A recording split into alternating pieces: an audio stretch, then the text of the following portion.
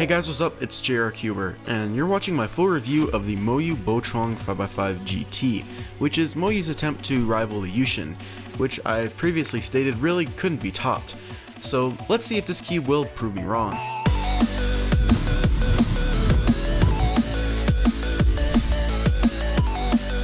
One of the major selling points of the Yushin in my opinion was actually the price, since it was almost half as expensive compared to the BoChuang, and I found the performance to be better. I also stated that if Moyu retaliated with another 5x5, it would most likely be similarly priced to their previous 5x5s. However, the BoChuang is only 20 bucks, so I was definitely wrong in that aspect. But what about performance? Well, this cube definitely doesn't disappoint. The turning is fantastic. It has a very light, swishy feel that reminds me of a Fangshi. It's area like the Yushin, but it feels more stable, which is definitely saying something considering the Yushin was the most stable 5x5 I've used. Inner and outer layers also feel identical. It was quite scratchy out of the box, but also completely dry, and after breaking in feels much better. It's moderately fast without being uncontrollable. It's just great turning.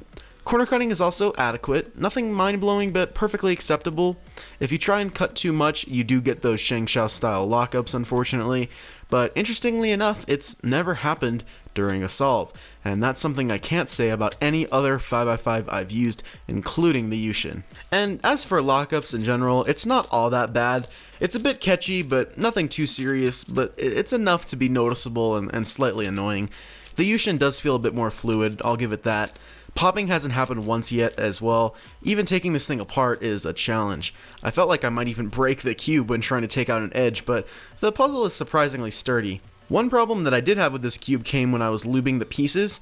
The lube just didn't seem to react as well in this cube as in other puzzles. I usually use weight 5 on the core and tracks, and then speedy on the pieces, which is usually a great combo, but in this cube it just didn't really work out for some reason. I felt as though the lube wasn't really sticking to the pieces and really working through the cube.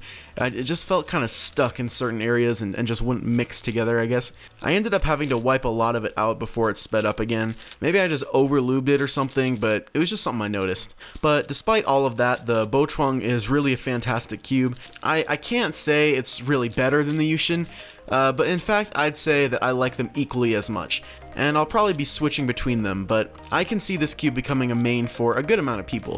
It has some advantages over the Yushin, and it's quite affordable, so go pick one up if you're interested. The link is in the description as always. That's all I've got to say on the Moyu BoChuang 5x5 GT. If you like this video, give it a like, and if you haven't already done so, like my Facebook page, follow me on Instagram and Twitter, and of course subscribe. Thanks for watching guys, bye.